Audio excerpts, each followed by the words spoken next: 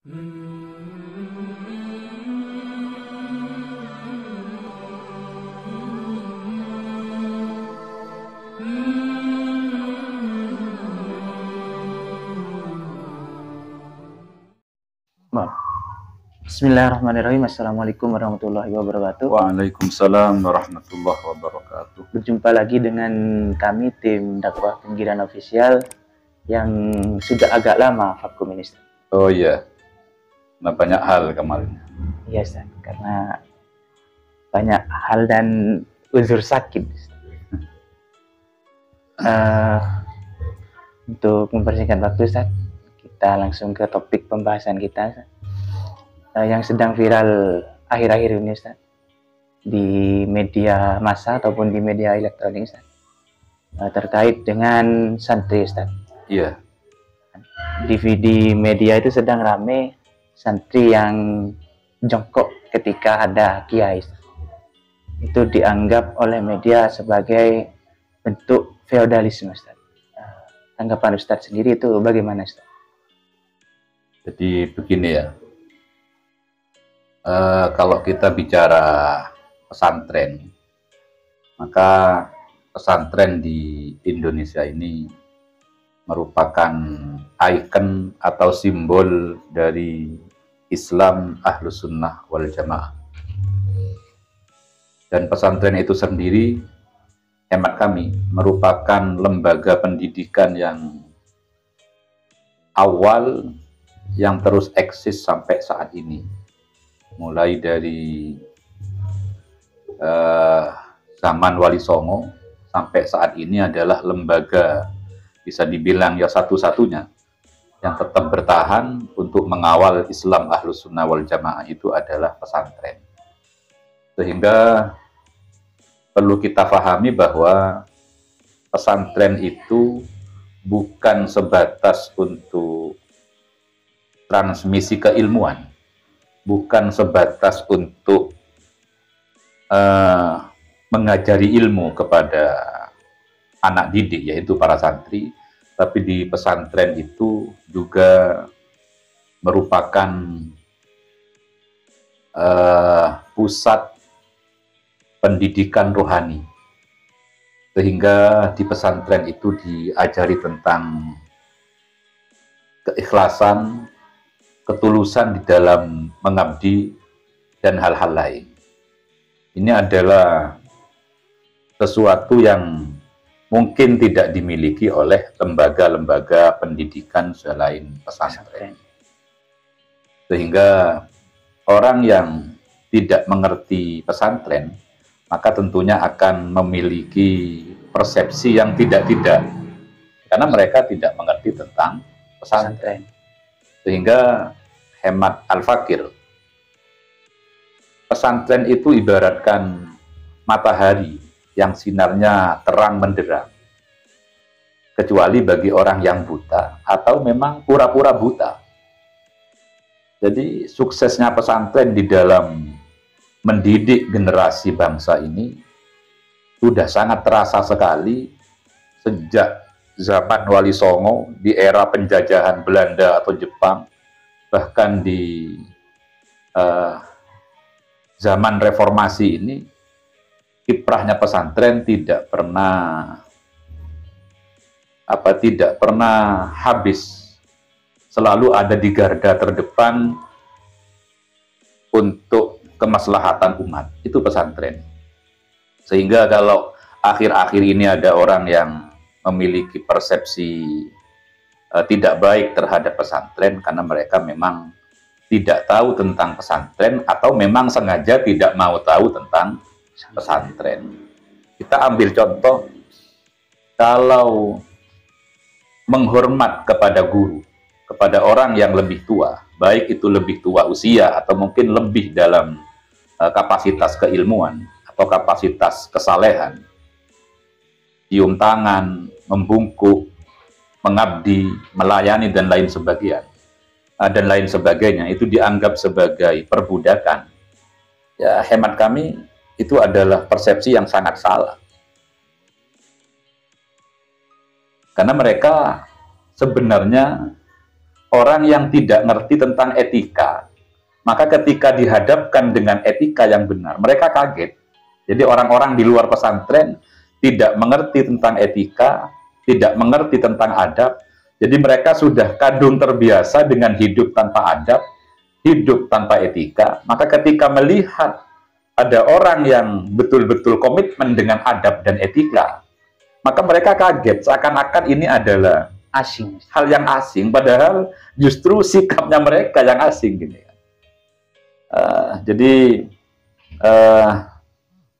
jelas adalah persepsi mereka itu adalah persepsi yang salah karena mereka tidak mengerti tentang pesantren atau bahkan mereka memang tidak mau mengerti tentang pesantren.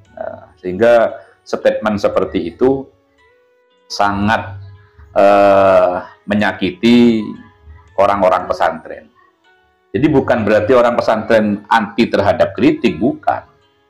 Akan tetapi persepsi mereka itu tidak sesuai dengan realita yang ada di dunia pesantren. Nah, seperti itu. Baik. Bahkan kita melihat di zaman ulama-ulama dulu, hal seperti itu ya memang selalu terwariskan setiap generasi. Saya masih teringat Al-Imam Fakhruddin Ar-Razi, seorang pakar tafsir dan juga tokoh besar di dalam akidah madhab Imam Asy'ari. Beliau itu yang terkenal memiliki karangan tafsir Mafatihul Ghaib atau tafsir Al-Kabir, yaitu Imam Fakhruddin Ar-Razi. Beliau itu adalah sosok ulama yang disegani oleh semua kalangan, baik itu di kalangan para pengkaji ilmu, bahkan di kalangan para pejabat pemerintahan di saat itu sangat sangat segan, bahkan haibahnya beliau itu terasa sangat besar sekali di kalangan para pejabat pemerintahan. Ini Imam Fakhruddin Ar-Razi. Sampai digambarkan ketika Imam Fakhruddin Ar-Razi itu berbicara di forumnya beliau, itu seakan-akan orang yang berhadapan dengan beliau itu tidak berani mau angkat kepala.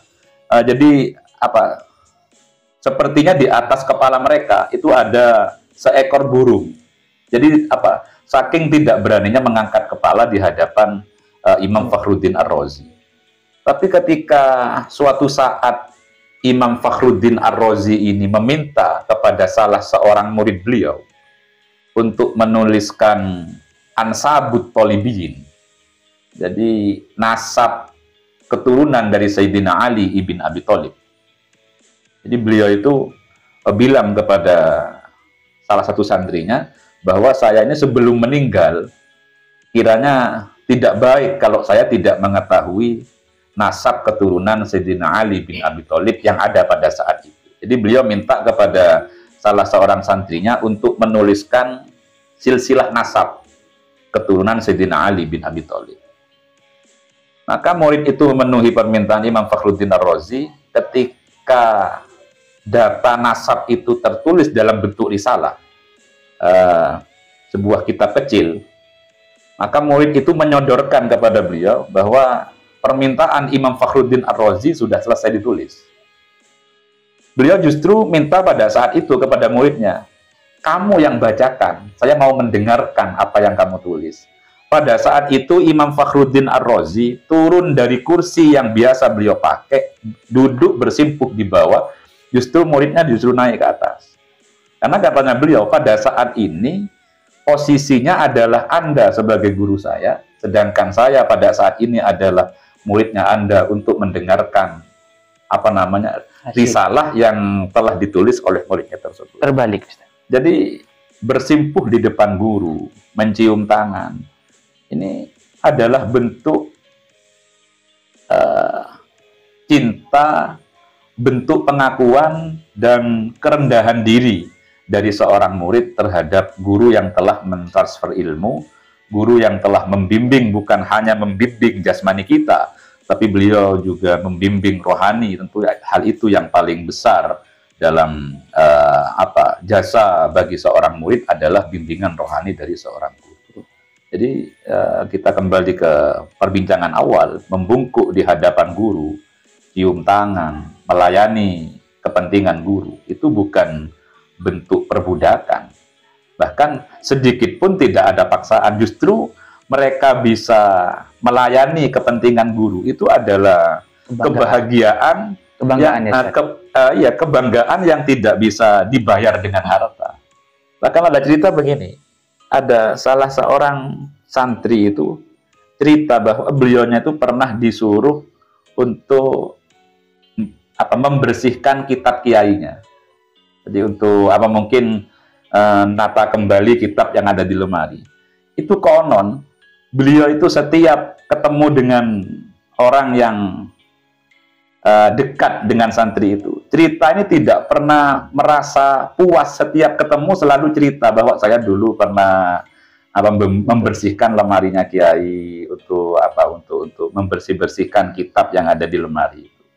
Jadi mereka itu melayani, itu bukan paksaan dari guru, bahkan itu adalah merupakan dorongan hati nurani, menjadi kebanggaan tersendiri sebagai bentuk khidmah kepada ahlul ilmi, orang yang menjadi penyambung antara kita dengan Rasulullah Sallallahu Alaihi Wasallam.